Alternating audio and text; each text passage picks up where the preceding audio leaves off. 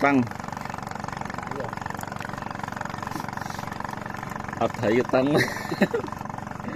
nó chẳng bay khăm rồi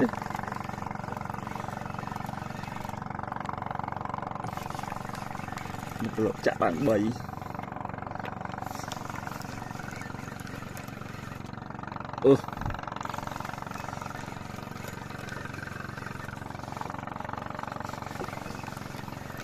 thử ngốn nè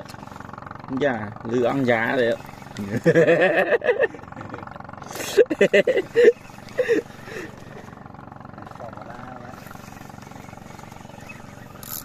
dạ ăn giá sốt rau dạ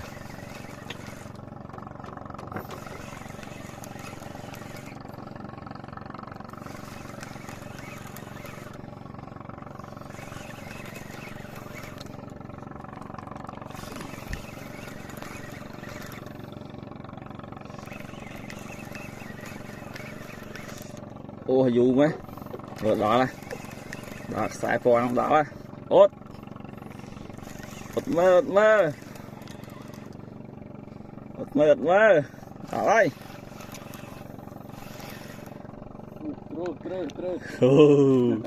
vào ơi vào pua về phòng dân ta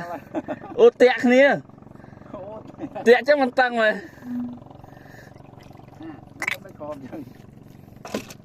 tẹt này mình tăng rồi